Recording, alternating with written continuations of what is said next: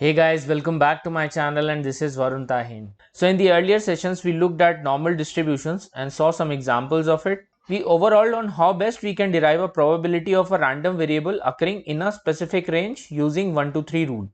Now as planned, we will look at standard normal distribution, which is a variant of normal distribution, also known as Z distribution, and check how it is different from the prior.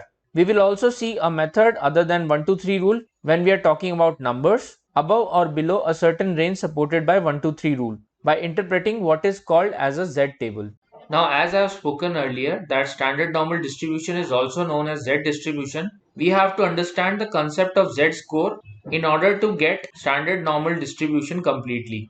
Now, what I have drawn here is a normal curve with y-axis as probability density and x-axis as the random variable. So, let's say that the mean is 35 and x, which is a random variable, that is 43.25. And let's say that we have to write x in terms of mu plus z sigma.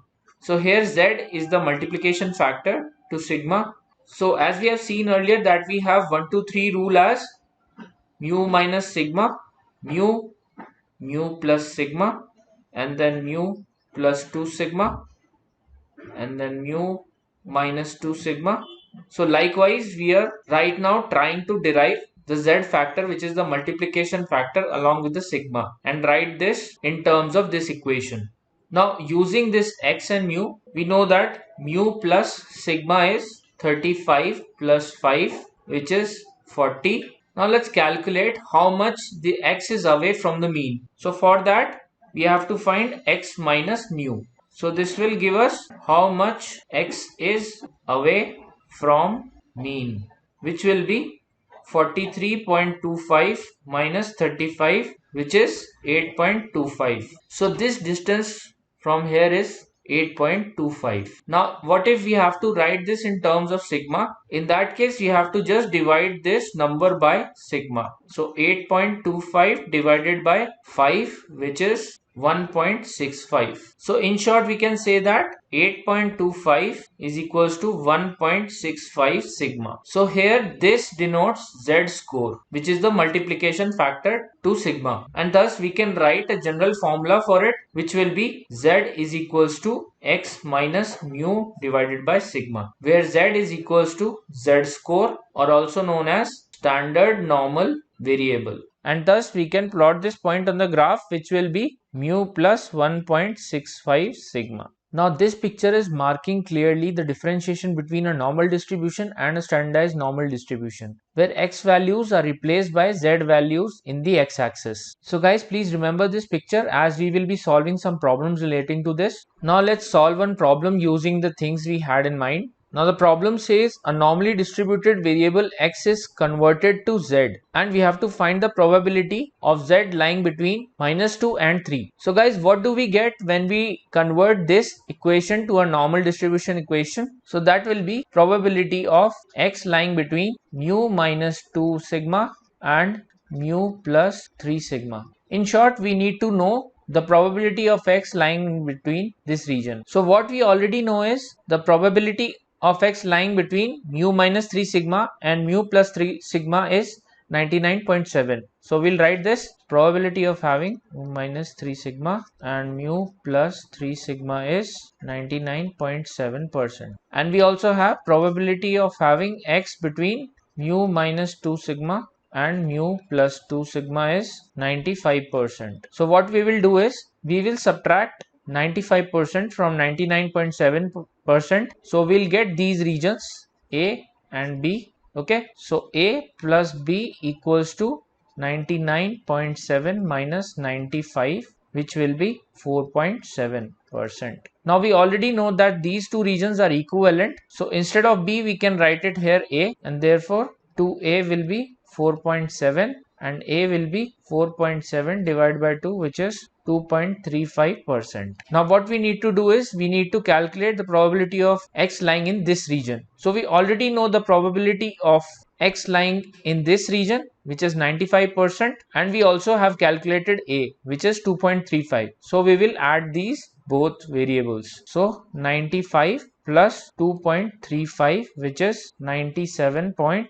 0.35%, or you can say 0.97 in terms of probability. Now let's recap on what we have learned for standard normal distribution. So the standard normal distribution is also called as Z distribution. It is a special normal distribution where the mean is 0 and the standard deviation is 1, and any normal distribution can be standardized by converting its value to Z scores, and Z scores tells you how many standard deviation from the mean each value lies. And we have seen this earlier that Z score can be calculated via x minus mu divided by sigma. So converting a normal distribution into a Z distribution allows you to calculate the probability of certain values occurring and to compare different data sets. So till now we had methods to calculate the probability when Z is equals to 1, 2, 3, etc. Now for Z lower than 3 or greater than 3, and for some intermediate values, like if we had Z's in decimals, what methods do we have? So one method is reading a Z table. So we will today look into how to read the Z table and where all it is useful. So Z table gives the cumulative probability of all the Z's. Now let's say that we want to find the cumulative probability when Z is equals to 0.68. Now you can download the Z table from internet, and we will look into how to see this value in Z table. So to be very precise, for 0.68 as Z value, we will first look 0.6 in the row, and then in the same row we will look into 0.08 column and get its value. Now I have this already downloaded in my system. So this is a Z score table where you will have on the left hand side the values for Z, and in the columns you have the precision till 2 decimals. So this will give you a precision of 3 decimals in turn, because 1 decimal is in the row itself. So guys, remember that we have to calculate the probability of Z being 0.68. So we have negative integers here, so we'll go down and look for 0.6. So here it is, and we have to look into 0.08 in the column. So this is the number you're looking for, which is 0.7517, or in short 75%.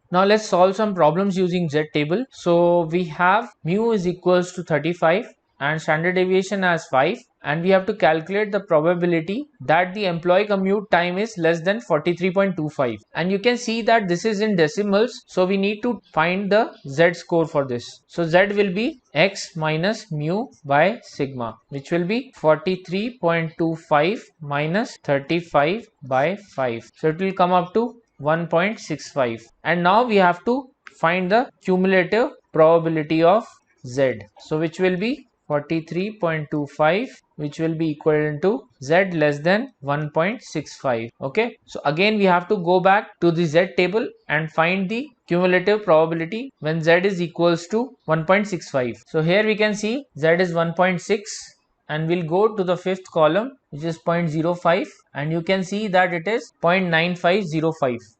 so hence it is 0.9505, or in short 95%. Now we look into another example. So the question says, what is the probability that an employee has a daily commute time between 25.2 and 44.8?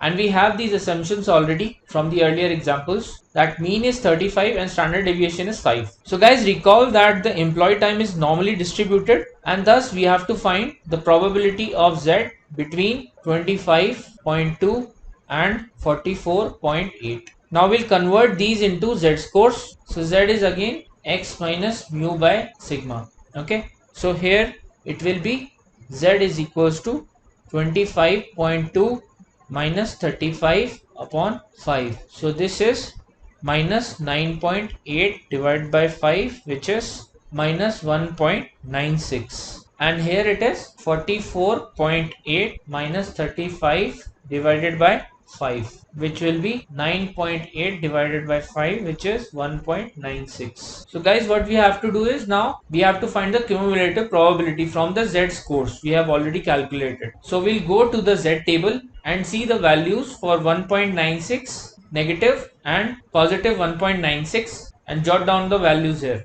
So 1.96 is 1.9 is this, and 1.96 is 0.9750. So for positive it is 0.9750. Now let's look for the negative values. So minus 1.9 is here and 1.96 is 0.0250. So it is 0.0250. Now guys, we already have the cumulative probability for 44.8 as 0.9750, and we have the cumulative probability of 25.2 as being 0.250, and we have to find the remaining region. Okay, because this is between 25.2 and 44.8. So what we'll do is we will subtract these values, that is 0.9750 minus 0.0250, which will be 0.95.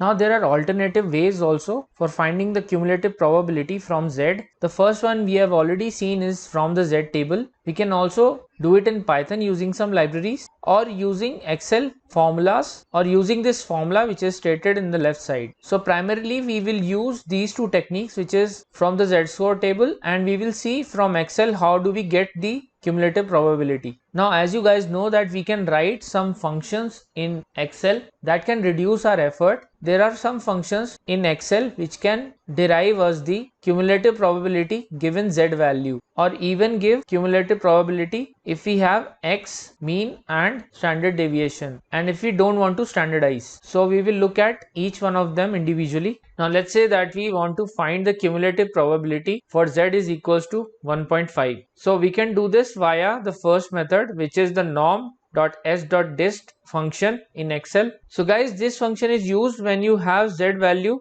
and you're calculating for standard normal distribution. So the first argument is the Z score that we have to give. So in this case it is 1.5, and the second argument is either true or false, where true represents if we want to find the cumulative probability and false represents if we want to find the probability density. So according to our needs, we can give either true or false. So right now we are finding the cumulative probability, so we will give here true. So I'll just go to Excel. So this is Microsoft Excel, and on the top you will see formulas. So I'll go here and I'll say insert function. So just click on one of the cells and do insert function and just search for norm.s.dist. So this function got highlighted, and so I'll double click it and give here 1.5 as Z value, and for cumulative I will give true.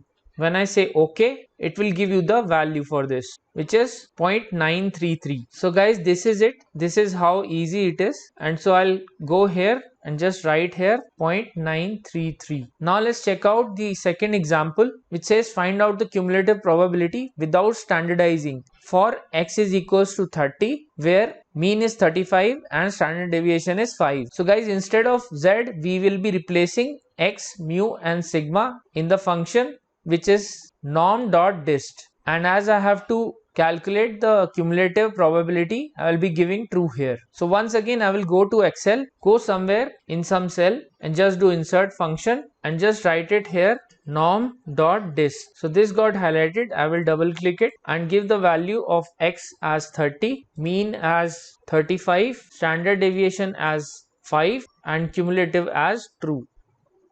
So we have got the value here, which is 0.158. So guys, you can also cross reference these values by calculating Z scores by yourselves and then checking in the Z score table for the cumulative probability. So this, you can regard this as your exercise. Now guys, before concluding on this session, let's look at one more example which can confuse you with its terminology. So this question says, what is the probability of a normally distributed random variable lying within 1.65 standard deviation of the mean? So when we say within 1.65 standard deviation, that means that we have to find the cumulative probability of X lying within mu minus 1.65 sigma and mu plus 1.65 sigma. Got it guys? So here again we have to calculate the cumulative probability using the Z scores. So here Z score is minus 1.65 and here it is 1.65.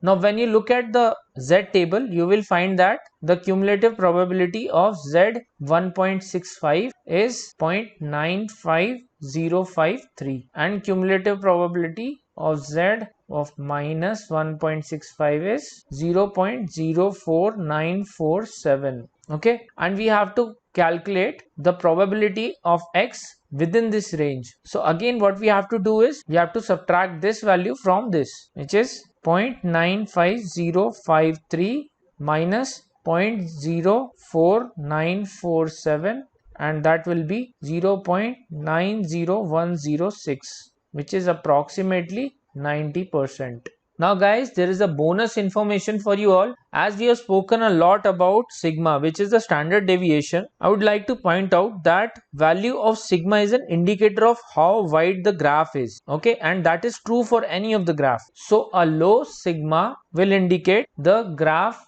is narrower, and a high sigma indicates that graph is wide. So that will be all for today guys. I hope this session would have helped you to understand the core difference between normal distribution and standard normal distribution, and have cleared your doubts around in which cases we use which approach. In the next session we will see how central limit theorem works, and also check out some formulas for sample and population so as to solve some next level problem. Until then guys, please let me know how are you finding my content. I'm putting more efforts towards simplifying things for you, so please don't forget to like my videos or comment below, as it encourages me more. Also, if you have not already subscribed to my channel, please do subscribe and hit the bell icon, as you'll never miss any updates on this channel. Please do take care of yourselves and your loved ones. I will see you soon in the next session.